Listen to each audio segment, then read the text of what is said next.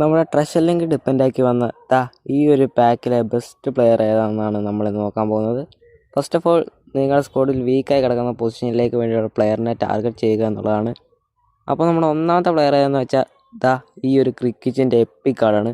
First winger, ആൾക്ക് നല്ല സ്പീഡും ആക്സിലറേഷനും ബോൾ കൺട്രോളും കൊണാമി കൊടുത്തിട്ടുണ്ടെന്നുള്ളതാണ്. നമ്മുടെ രണ്ടാമത്തെ പ്ലെയർ ഏതെന്ന് വെച്ചാൽ ഈ ഒരു കിലീനയുടെ ഈ ഒരു കാർഡാണ്. ഡിസ്ട്രോയർ എന്ന പ്ലേയിങ് സ്റ്റൈലാണ് കൊടുത്തിരിക്കുന്നത്. അതോടൊപ്പം ആസ് എ ഡിഫൻഡർ ആൾക്ക് നല്ല ഡിഫെൻസീവ് പരമായ അവയർനെസ്സും കൊടുത്തിട്ടുണ്ടെന്നുള്ളതാണ്. പക്ഷേ ആൾക്ക് കുറച്ചുകൂടെ സ്പീഡ് കൊടുക്കാൻ പറ്റുന്നു. അങ്ങനെയാണെങ്കിൽ ആളെ വെട്ടിച്ചു പോകുക എന്നത് വളരെ പ്രയാസമായിരിക്കും. പിന്നെ നമ്മുടെ മൂന്നാമത്തെ പ്ലെയർ ഏതെന്ന് വെച്ചാൽ ബെർബറ്റോയുടെ ഈ ഒരു കാർഡാണ്. ആൾക്ക് ഫിനോമിനൽ ഫിനിഷിംഗ് എന്ന് പറയുന്ന സ്കില്ലും കൊണാമി കൊടുത്തിട്ടുണ്ട്. അതോടൊപ്പം തന്നെ as A deep line forward all set തന്നെയാണ്. അതോടൊപ്പം 90+ ഫിനിഷിങ്ങും ഈ ഒരു കാർഡിന് കൊടുത്തിട്ടുണ്ട്. പിന്നെ വന്നിട്ട് നമ്മുടെ നാലാമത്തെ പ്ലെയർ മൊത്തോസിൻ്റെ ഈ ഒരു കാർഡാണ്.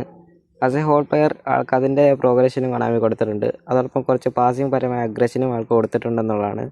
നിങ്ങൾക്കൊരു സ്ട്രോങ് മിഡ് വേണേൽ മൊത്തോസ് ഉണ്ടെങ്കിൽ സെറ്റാകും. പിന്നെ ലാസ്റ്റ് ബട്ട് നോട്ട് ലീസ്റ്റ്, അഞ്ചാമത്തെ പ്ലെയർ ഏതെന്ന് വെച്ചാൽ ഈ ഒരു ഡൊണാൾഡിനോയുടെ വിങ്ങർ കാർഡാണ്. ഒന്നും പറയാനില്ല, as A winger all best തന്നെയാണ്.